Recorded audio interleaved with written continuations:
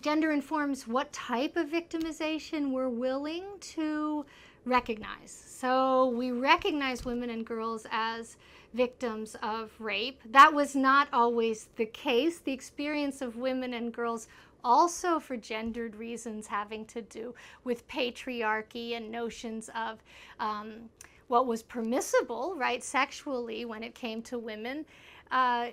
For a long time, rape was not even recognized as a high crime. It's only recently that rape has been recognized as a crime of genocide or a crime of war, right? Before that, it was seen pretty much legally and otherwise as a private crime, a tragedy that happened during war, but not something that reaches the level of high crimes. So it's been a struggle as well to get women on the map, right, and women's experiences on the map.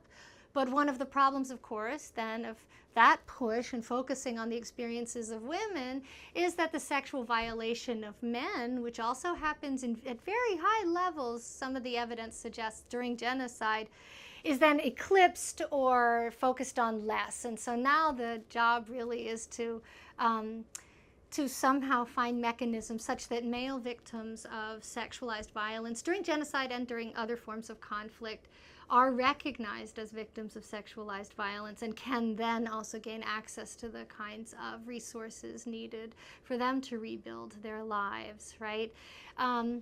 Societies often work against themselves, right, or at least against the interests of longer-term healing when they participate in the narrative of humiliation around men being raped. So a society that will not recognize its own quote-unquote men who were raped during a conflict because that is seen as a form of national dishonor, right, and humiliation, reaffirms those very gendered narratives that lead to men being silent victims of rape in the first place, right? So we have to work at various levels in order to find a space for male victims of rape and sexualized violence, right, to speak about their experiences and for society to recognize the need for those experiences to be validated and then also dealt with, right, in some kind of healing way.